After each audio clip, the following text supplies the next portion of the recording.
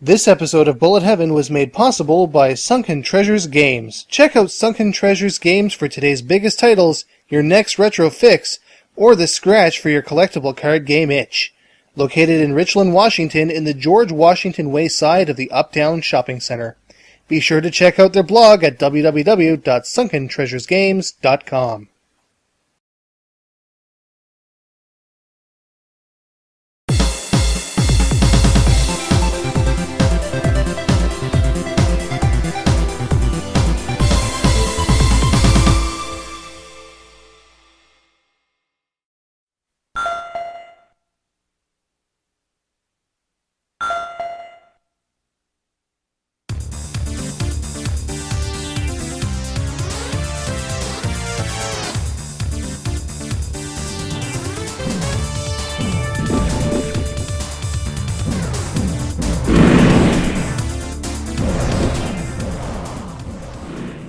Whoa! You got your naval combat in his running gun and it all ended up in my spaceship shooter! Welcome to In the Hunt, a unique 2D side-scroller from IREM. Initially in arcades in 1993, and originally called Kaite Dai Senso, now there's a tricky mouthful. In the Hunt would not only make it to the PlayStation and Sega Saturn, seen here, but would also make it across the Pacific in 1995, courtesy of Cocopelli Studios. Created by many of the folks who would later form Nazca and bring us the legendary Metal Slug from SNK in 1996, In the Hunt definitely has a successor's look and feel, with absurdly detailed sprite work and frantic shooting gameplay that takes a lot of memorization and skill to get down. In many ways, this game is more of a running gun than anything we've seen on Bullet Heaven yet. Yet it maintains a certain feel that says, hey, I'm still a traditional shmup.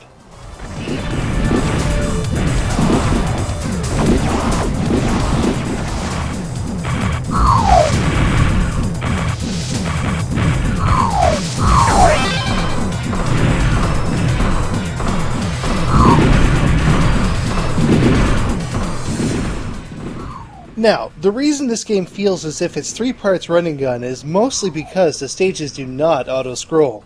If you stop moving to the right, the stage will stop scrolling left. However, you cannot move in such a way that the screen will scroll back, and you can only move backwards within the visible screen. Your fire seems to be much more subdued as well. Torpedo shots are far from rapid fire, and even the vertical firing guns are pretty slow. Thankfully, the C button does a nice job of cranking out the ordnance as quickly as possible, though neither the vertical weapons nor the torpedoes can be rapid-fired independently of each other. All the while, your submarine will always face right, and cannot fire behind itself. In this way, it feels much more traditional.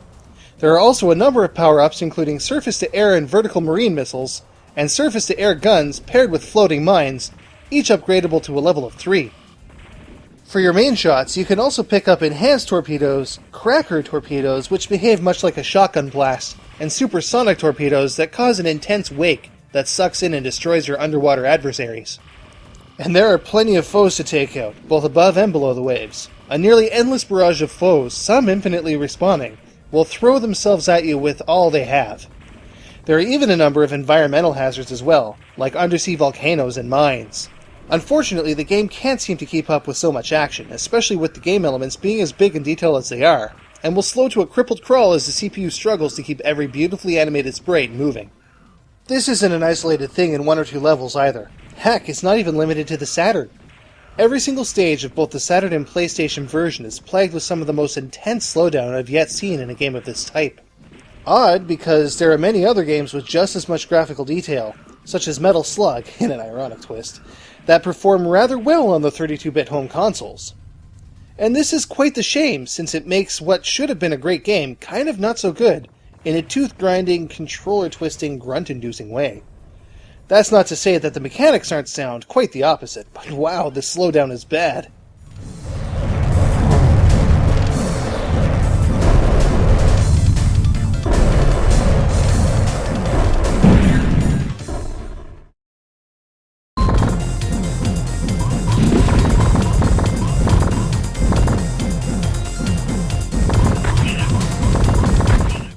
In the Hunt scoring is mostly simple. Shoot junk, get points.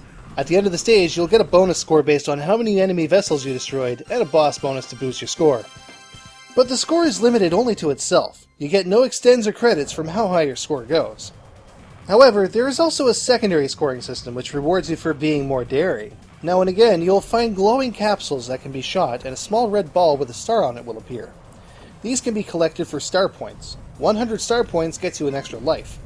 In the first stage, for example, there are enough to get you halfway to an extend.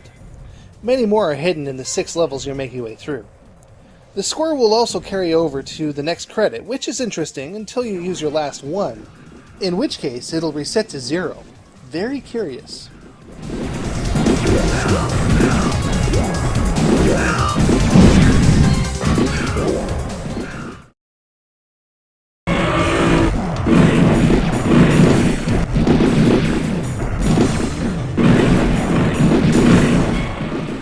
Now, In the Hunt is a gorgeous game to look at while you play. Everything is so well animated and blows up so nicely. It's really quite satisfying.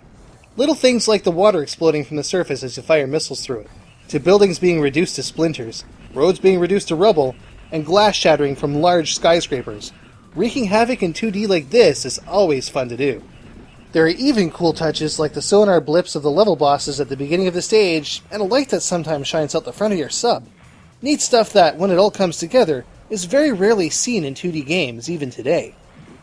The music is also pretty fitting. A few stages in particular even capture that signature Metal Slug sound from the creator's later games. I guess in many ways, In the Hunt paved the way for Nazca's later game, visual, and sound design. It's fairly clear that In the Hunt is responsible for kicking off a renaissance in 2D game design, and the gameplay, while slower than a snail on volume, is pretty fun. But when it all comes down to... You know what? Let's just see how it stacks up.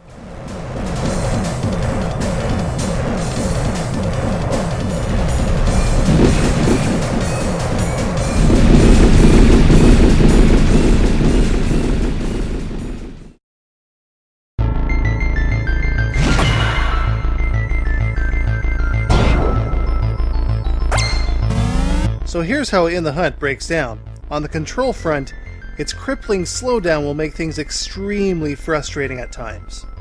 I can personally guarantee that at some point you're going to wrench your controller in an effort to make your ship move faster. On the length side of things, there are 6 full stages which are rather long in length.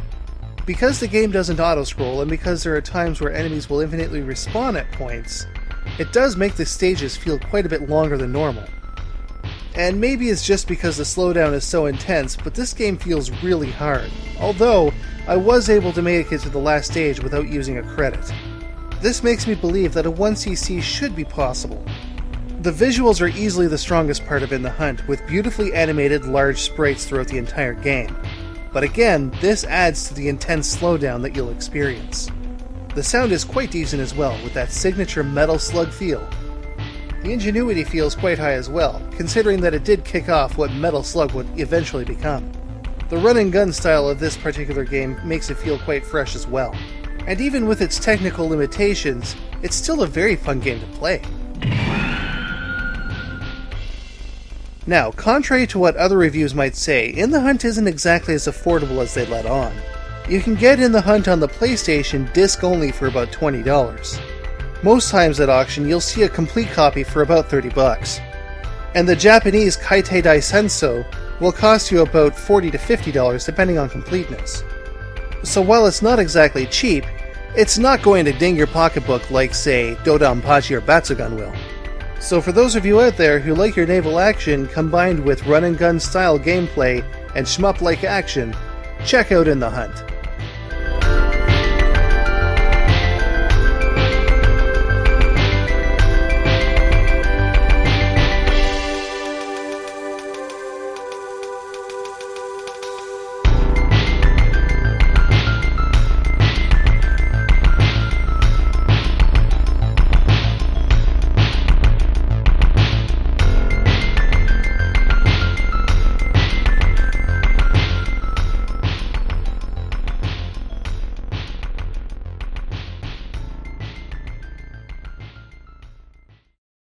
Crawl as the CPU struggles to keep every beautiful blah blah blah blah blah blah beautifully animated sprite moving.